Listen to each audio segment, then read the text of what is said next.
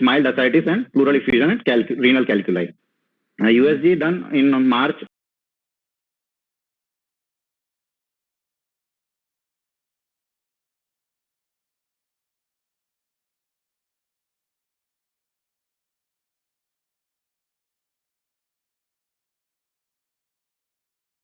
A parathyroid scan was performed in the December episode, which also did not detect any adenoma. USG abdomen performed in December 2020 had the similar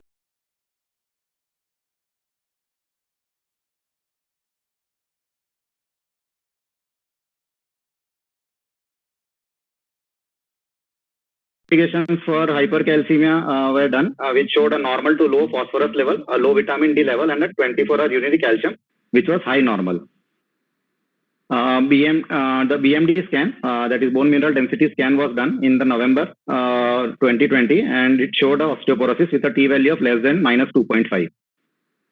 So summarizing, we have a 35-year-old female who is non-alcoholic, non-smoker, who presented to a tertiary care center with recurrent episodes of epigastric pain with back radiation, probably 4 episodes in 1 year, with back biochemical and with biochemical and radiological evidence of pancreatitis, with biochemical evidence of hypercalcemia and hyperparathyroidism. So a diagnosis of recurrent acute pancreatitis, hypercalcemia related, probably due to hyperparathyroidism, was kept first, and the possibility of pancreas divisum, though the etiology is controversial. Coming on to management, for the first 3 episodes, the patient was managed with IV fluid, furosemide, bisphosphonate, and antibiotics and other supportive treatment. For the fourth episode, patient was managed with IV fluid, furosemide, antibiotics, and in this episode, the patient had undergone a parathyroid surgery after a multidisciplinary consultation. I would like to hold your thoughts on this. We'll come to this at the end of the discussion. So today we'll be discussing about recurrent acute pancreatitis. So by definition, it is more than one well-documented and separate attack of acute pancreatitis that is completely or near completely resolved with more than 3 months in between the 2 attacks. Moreover, there should not be any definitive evidence of underlying chronic pancreatitis or persistent fluid collection on imaging as a consequence of the previous attack. So, what are the recurrence rate of pancreatitis after an initial episode of acute pancreatitis? So, as per the 3 studies, one by Zhang et al., Gulu et al., and Gao et al., who registered 245, 1068, and 1471 patients respectively. So the rate of recurrence was ranged from around 11 to 32%, and the most common etiologies being alcohol-related, biliary, and idiopathic causes. So what are the etiologies for recurrent acute pancreatitis? So toxic etiology, it includes alcohol and drugs. Obstructive, which includes gallstone, microlithiasis, and pancreatic biliary tumor. Metabolic, which include hypertriglyceridemia, hypercalcemia, vascular disorders like vasculitis, hereditary and genetic disorder, idiopathic, and miscellaneous. Out of these, alcohol, gallstone, and idiopathic remain the common causes of recurrent acute pancreatitis. Some possible or controversial etiologies include pancreas divisum, sphincter of Oddi dysfunction, choledochocele, and annular pancreas. Coming on to alcohol, the prevalence among the chronic alcoholics is 16.9% in male and 5.5% in female that lead to recurrent acute pancreatitis. Those literature suggests that there is some underlying chronic pancreatitis, but we have studies that support that that recurrent acute pancreatitis occurs in patients who do not have any concrete evidence of chronic pancreatitis. And this occurs in more commonly in patients who are heavy drinkers, higher chances of progression to chronic pancreatitis, and smoking is an additive risk factor and also an independent dose-dependent risk factor for chronic pancreatitis. Gallstone disease, it is one of the common causes, though one must think that after cholecystectomy, the chances of developing pancreatitis are rare, but we can see recurrence in about 4.4% patients treated with cholecystectomy, 6.7% patients treated with endoscopic sphincterotomy, and 1.2% patients treated with both. Microlithiasis, it is one of the leading cause in patients who have idiopathic recurrent acute pancreatitis. Microlithiasis are gallstones which are less than 3 mm and are not visualized by the routine ultrasound abdomen. And they develop into gallstones which are detected in about 75% of patients in follow-up USG within 6 months. The best diagnosis is done by EUS with a sensitivity of 96%, and it must be suspected in patients who present with an abnormal LFT within 24 to 48 hours of presentation. Hypertriglyceridemia. It is an uncommon cause of recurrent acute pancreatitis, and prevalence and mechanism are unknown. The triglyceride levels must be more than 1000 milligram per deciliter for pancreatitis. And recurrent acute pancreatitis develops in patients with hypertriglyceridemia when it occurs with other causes like cystic fibrosis and or alcoholic pancreatitis. Hypercalcemia. The cause is uncommon, but it is a treatable cause.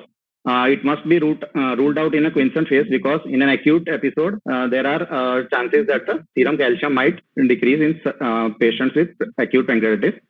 And evaluation for parathyroidadenoma is prudent in absence of other causes.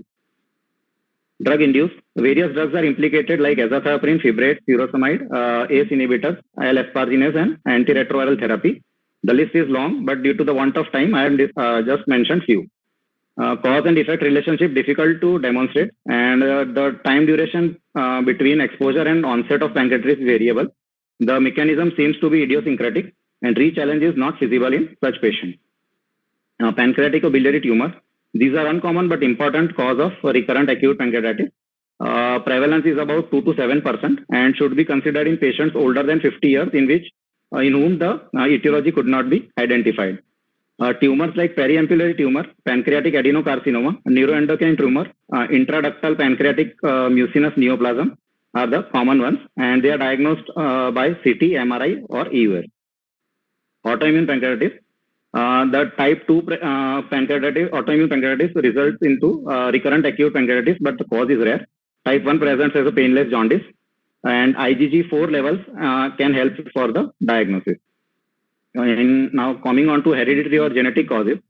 So the gene mutations in hereditary pancreatitis are one is catanic trypsinogen gene mutation, second is serine protease inhibitor, Casal type 1, that is SYNC mutation.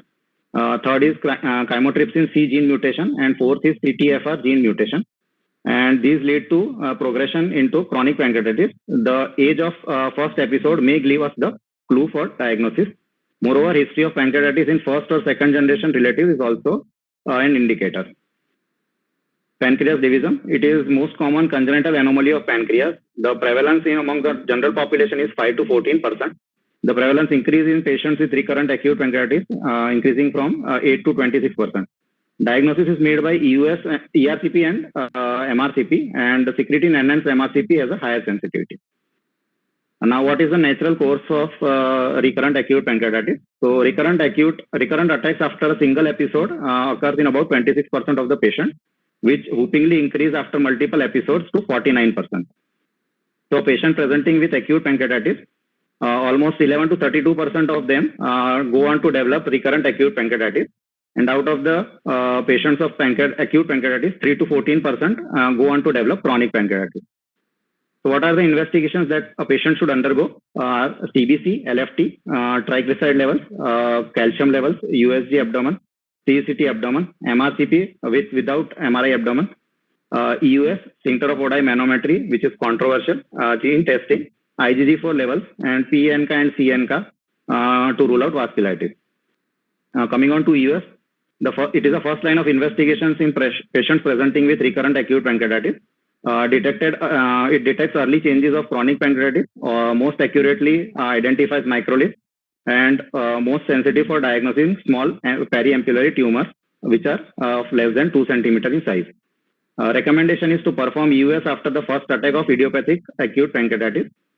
We have experience of 51 patients who, after the first episode of idiopathic acute pancreatitis, underwent EUS, and we found a 51% of positivity rate to identify the etiology.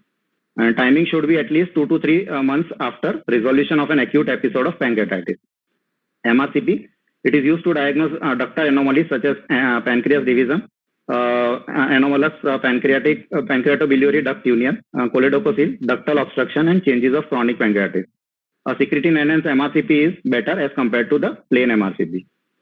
Sphincter of Oddi manometry, it is controversial. It measures the sphincter of Oddi pressure during ERCP, and more studies are required to authenticate its use. Gene testing, it is useful in suspicion of hereditary pancreatitis or chronic cystic fibrosis and patients with idiopathic recurrent acute pancreatitis to reduce the further testing. Now the level of investigations.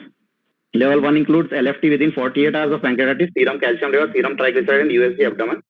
Level 2, EUS and MRCP. And level 3, gene testing and sweat fluoride levels. Now how to manage and approach the patient of recurrent acute pancreatitis. So patient presenting with recurrent acute pancreatitis, first of all, is the patient a smoker or alcoholic or smoker? If yes, then we have to rule out chronic pancreatitis and stop the agent, that is alcohol or smoking. If there is gallstone or LFT abnormality within the first 48 hours of pancreatitis, then the etiology is probably biliary and EUS should be done if the abdominal ultrasound is negative, followed by cholecystectomy or endoscopic biliary sphincterotomy. If both the factors are not present, then the patient is classified as non-alcoholic, non-biliary recurrent acute pancreatitis. So in such patient, a detailed history of drug history and a family history should be carried out, and serum calcium and triglyceride level should be measured.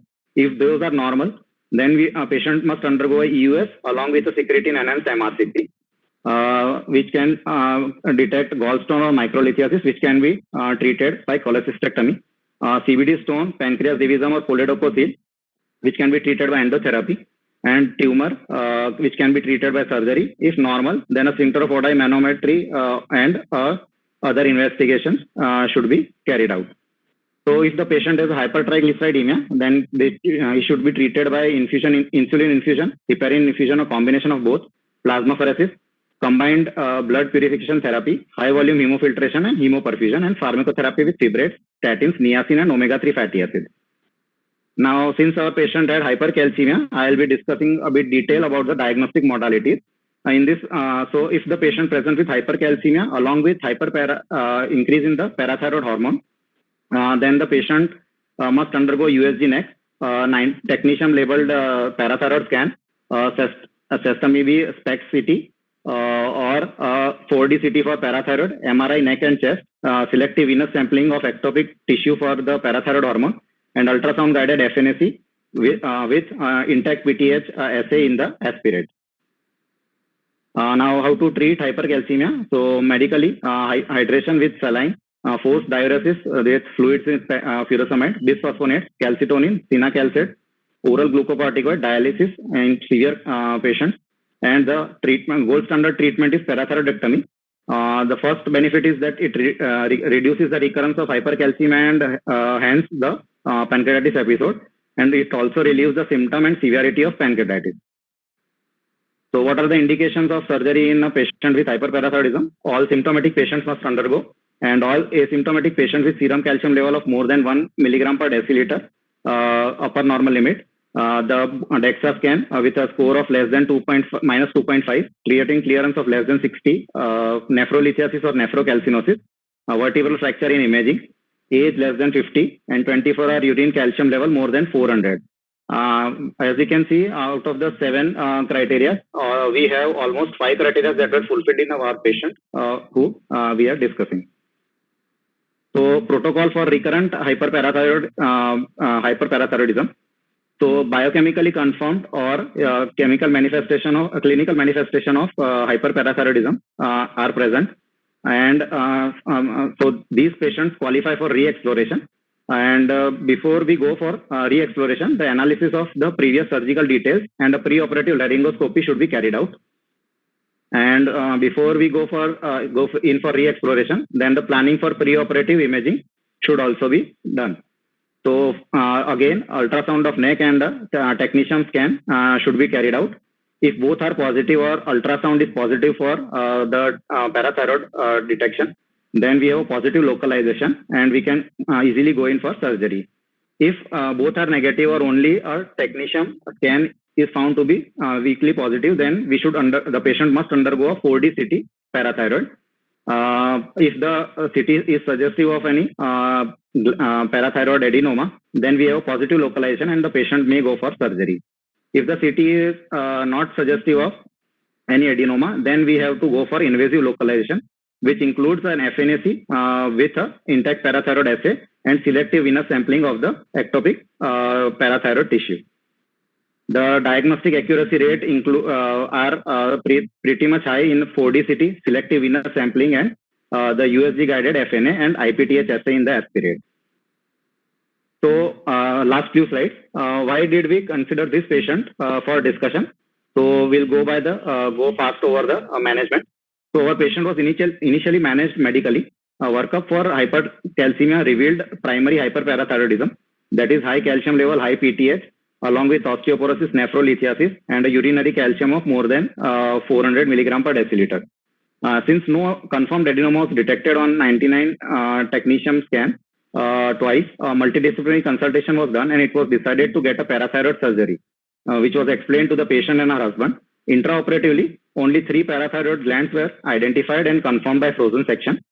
Even after meticulously dissecting the neck, the 4th gland could not be identified. So as per the discussion with the endocrinologist, all the 3 glands were removed and sent for histopathological examination. So post-surgery, the PTH in this patient continuously remained high with a high normal serum calcium level, and histopathological examination of the resected tissue suggested a normal parathyroid tissue. So we have discussed this patient as it is not only a therapeutic challenge but as well as a diagnostic challenge to proceed further. So what are the issues in our patient? First is when we should consider a patient as medical treatment failure. As we can see, we previously treated the patient medically for the 3 episodes. So a medical treatment failure is considered when a patient presents with the 2nd episode who has failed the medical therapy. So, but we were apprehensive as we could not detect a adenoma on a parathyroid scan. So we continued to treat her medically. But since the 4th episode was a severe episode, after a consultation, we decided to go for a surgical approach. Second, what is if are there any intraoperative modalities which can detect the parathyroid adenoma if not detected previously? So some modalities which can detect intraoperatively which can detect parathyroid intraoperatively are the frozen section, intraoperative parathormone assay, gamma probe, and selective intraoperative ultrasound. But as intraoperative ultrasound was not available at our center at that moment, the patient could not undergo. And what is the further plan of management for this patient? So further plan is to get a 4D-CT for parathyroid, assess TIMI-B SPECT-CT, selective venous sampling of ectopic tissue or gland for PTH if we can find any, and FNA for suspected lesion with the intact parathyroid assay, which is rarely done nowadays. And the final and the gold standard still remains re-exploration along with an intraoperative ultrasound. So since we are clutching to straws, each and every suggestion is invited. So that's all from my side. Thank you.